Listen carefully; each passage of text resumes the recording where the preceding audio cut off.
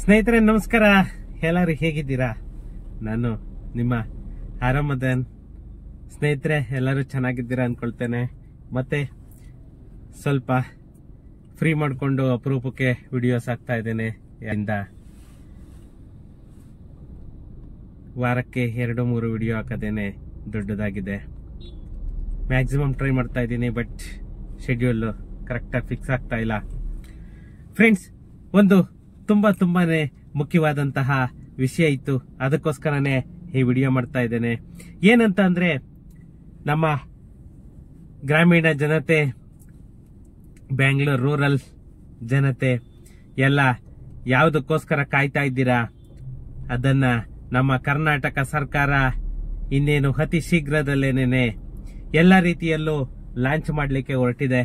ಅಂತ ಅಂದ್ರೆ revenue sites ಗಳಿಗೆಲ್ಲ ಏನು ಅನಧಿಕೃತ ಲೇಔಟ್ಸ್ ಅಂತ ಹೇಳ್ತೀವಿ, ಅನಧಿಕೃತ ಸೈಟ್ಸ್ ಅಂತ ಹೇಳ್ತೀವಿ, ಅವಕ್ಕೆಲ್ಲನೂ ಈ ಖಾತಾ ಏನು 11B ಕೊಡ್ತೀವಿ ಅಂತ ಕಮಿಟ್ ಆಗಿದ್ರು, ಅದೆಲ್ಲನೂ ಜುಲೈ 2ನೇ ವಾರದಿಂದಲೇನೆ ಅಂತಿಮ ನಿಯಮಾವಳಿಯನ್ನ ಪ್ರಕಟ ಮಾಡಬೇಕು ಅಂತ ಹೇಳ್ಬಿಟ್ಟು ಮಾನ್ಯ ಪಂಚಾಯತ್ ಮತ್ತೆ ಗ್ರಾಮೀಣಾಭಿವೃದ್ಧಿ ಸಚಿವರಾದಂತಹ ಪ್ರಿಯಾಂಕಾ ಖರ್ಗೆ ಅವರು ಶುಕ್ರವಾರ ಎಲ್ಲ ಅಧಿಕಾರಿಗಳು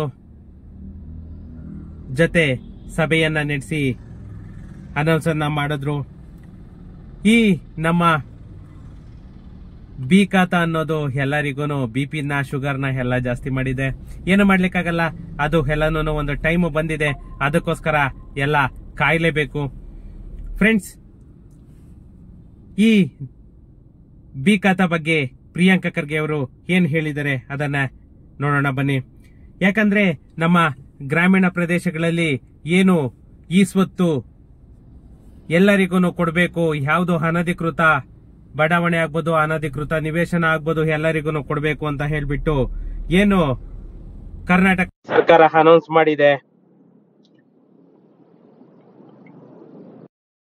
ಕರ್ನಾಟಕ ಸರ್ಕಾರ ಏನು ಅನೌನ್ಸ್ ಮಾಡಿದೆ, ಈ ಕಮಿಟ್ಮೆಂಟ್ ಅನ್ನ ಫುಲ್ಫಿಲ್ ಮಾಡಬೇಕು ಅಂತ ಹೇಳ್ಬಿಟ್ಟು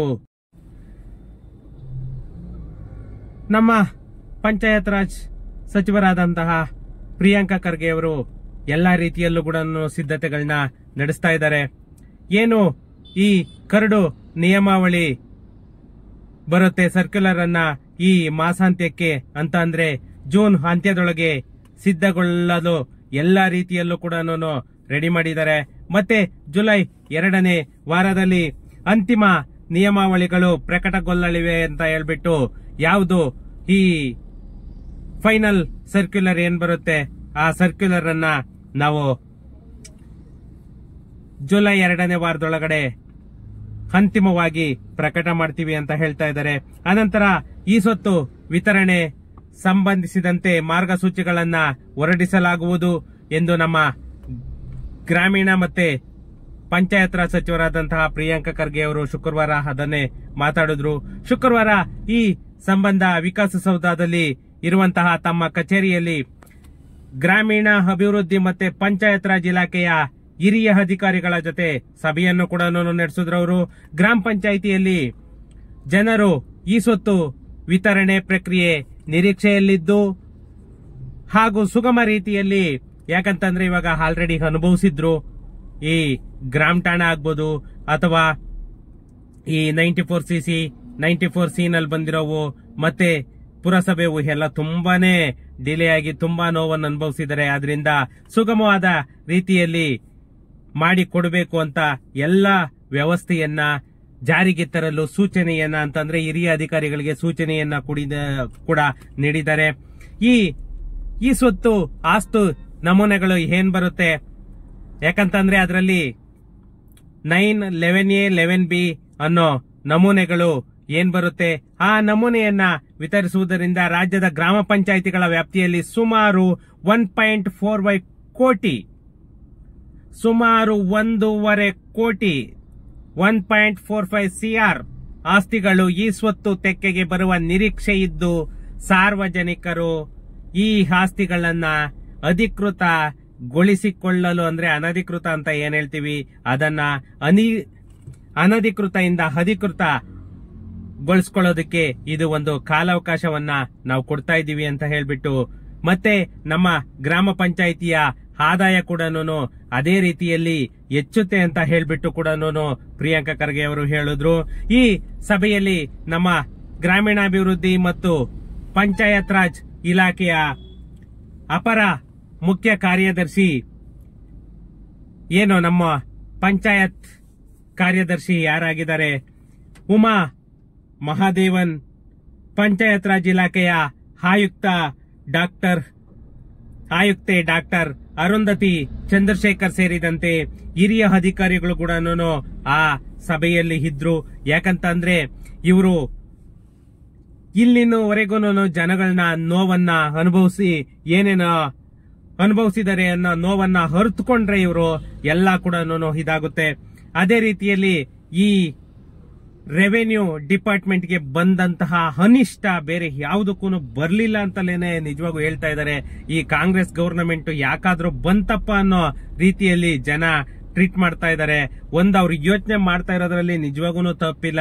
ಯಾಕಂದ್ರೆ ನೋಡಿ, ಮೊನ್ನೆ ಒಂದು ವಾರದಿಂದ ಪ್ರತಿಯೊಂದು ಸಬ್ ರಿಜಿಸ್ಟರ್ ಅಲ್ಲೂ ಕೂಡ ಸಾಲು ಎಲ್ಲೋ ಅಪರೂಪಕ್ಕೆ ಯಾವ್ದೋ ಒಂದೊಂದು ರಿಜಿಸ್ಟ್ರೇಷನ್ ಆಗುತ್ತೆ.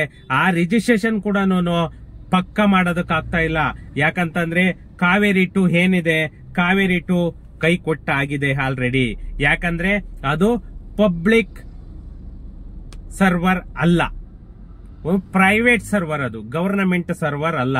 ಅದು ಕೂಡ ನಮ್ಮ ನರೇಂದ್ರ ಮೋದಿಜಿ LIC ಎಲ್ಲಾನು ರೈಲ್ವೆ ಎಲ್ಲಾನು ಹೆಂಗೆ ಪ್ರೈವೇಟ್ ಆಗಿ ಮಾರಿದ್ರು ಹಂಗೆ ಇವರು ಕೂಡ ಒಂದೊಂದೊಂದೊಂದನ್ನ ಪ್ರೈವೇಟ್ ಅಲ್ಲಿ ಇದು ಮಾಡ್ಕೊಳ್ಳಿಕ್ಕೆನೇನೆ ಪ್ರಯತ್ನ ಮಾಡ್ತಾ ಇದಾರೆ. ಯಾಕಂತಂದ್ರೆ ಲಾಸ್ಟ್ ಟೈಮ್ ನಾನು ಕೂಡ ವಿಜಯನಗರ ಸಬ್ ರಿಜಿಸ್ಟರ್ಗೆ ಹೋದಾಗ ನೀವು ನಂಬುತ್ತಿರೋ ಇಲ್ಲ, ಕ್ಯೂ ನಿಂತಿತ್ತು. ಅಪರೂಪಕ್ಕೆ ರಿಜಿಸ್ಟ್ರೇಷನ್ ಆಗೋದು ಅಲ್ಲಿ ಕೂಡ ಕ್ಯೂ ನಿಂತಿದೆ ಅಂತಂದ್ರೆ ನಿಜವಾಗೂ ಅದಕ್ಕೆ ಅರ್ಥನೇ ಇಲ್ಲ. ಏನು ಸರ್ವರು ಏನು ಮೇಂಟೈನ್ ಮಾಡ್ತಾ ಇದ್ದಾರೆ ಈ ಮಾನ್ಯ ಕೃಷ್ಣ ಬೈರೇಗೌಡರು. ಅದೇನ್ ಡಿಜಿಟಲೈಸ್ಡ್ ಅಂತ ಏನ್ ಹೇಳ್ತಾರೋ ಆ ಡಿಜಿಟಲೈಸ್ಡ್ ಮಾಡಕ್ ಹೋಗಿ ಜನಗಳನ್ನೇ ಡಿಲೀಟ್ ಮಾಡಕ್ ಬಿಡ್ತಾ ಇದ್ದಾರೆ. ಎಷ್ಟೋ ಜನ ಇದರಿಂದ ಸೂಸೈಡ್ ಮಾಡ್ಕೊಂಡು ಸಾಯ ಪರಿಸ್ಥಿತಿಗೆ ಬರೋ ಅಂತಹ ಇದಕ್ ತಗೊಂಡ್ ಬಂದಿದ್ದಾರೆ ಇವರು. ಅದನ್ನ ಯಾವುದೇ ವರ್ಕ್ ಮಾಡಿ ಮಾನ್ಯ ಮುಖ್ಯಮಂತ್ರಿಗಳೇ, ಉಪಮುಖ್ಯಮಂತ್ರಿಗಳೇ, ಮತ್ತೆ ರೆವೆನ್ಯೂ ಮಿನಿಸ್ಟರ್, ಮತ್ತೆ ಪಂಚಾಯತ್ ರಾಜ್ ಗ್ರಾಮೀಣಾಭಿವೃದ್ಧಿ ಸಚಿವರು, ಮತ್ತೆ ನಗರಾಭಿವೃದ್ಧಿ ಸಚಿವರು ಸುರೇಶ್ ಅವರು ಎಲ್ಲರೂ ಏನ್ ಗೊತ್ತಾ, ಒಂದು ಪ್ಲಾನ್ ಇಟ್ಕೊಳ್ಳಿ, ಒಂದು ಪ್ರೀ ಪ್ಲಾನ್ ಮಾಡ್ಕೊಂಡು ಅದರ ಪ್ರಕಾರ ಮಾಡಿ ಜನಗಳ ನೋವನ್ನ ಸ್ವಲ್ಪ ಅರ್ಥ ಮಾಡ್ಕೊಳ್ಳಿ. ಯಾಕಂದ್ರೆ ಎಷ್ಟೋ ಜನ ಲೋನ್ ತಗೋಬೇಕು, ಎಷ್ಟೋ ಜನ ರಿಜಿಸ್ಟರ್ ಮಾಡ್ಕೋಬೇಕು, ಎಷ್ಟೋ ಜನ ಸೇಲ್ ಮಾಡ್ಬೇಕು, ಎಷ್ಟೋ ಜನ ಪರ್ಚೇಸ್ ಮಾಡ್ಬೇಕು, ಎಷ್ಟೋ ಜನ ಮನೆಗಳು ಕಟ್ಟಬೇಕ್ರಿ. ಅರ್ಥ ಮಾಡ್ಕೊಳ್ರಿ. ಅರ್ಥ ಮಾಡ್ಕೊಂಡು ಈ ಸಮಸ್ಯೆಗಳನ್ನ ಎಷ್ಟು ಬೇಗ ಆಗುತ್ತೋ ಅಷ್ಟು ಬೇಗ ಸ್ವಲ್ಪ ತೀರ್ಸೋದಕ್ಕೆ ಪ್ರಯತ್ನ ಮಾಡಿ. ಓಕೆ ಫ್ರೆಂಡ್ಸ್, ಇವ್ರ ಬಗ್ಗೆ ಎಷ್ಟು ಹೇಳಿದ್ರು ಕೂಡ ಅದು ಸಾಕಾಗಲ್ಲ. ಸಿಗೋಣ ನೆಕ್ಸ್ಟ್ ವಿಡಿಯೋದಲ್ಲಿ.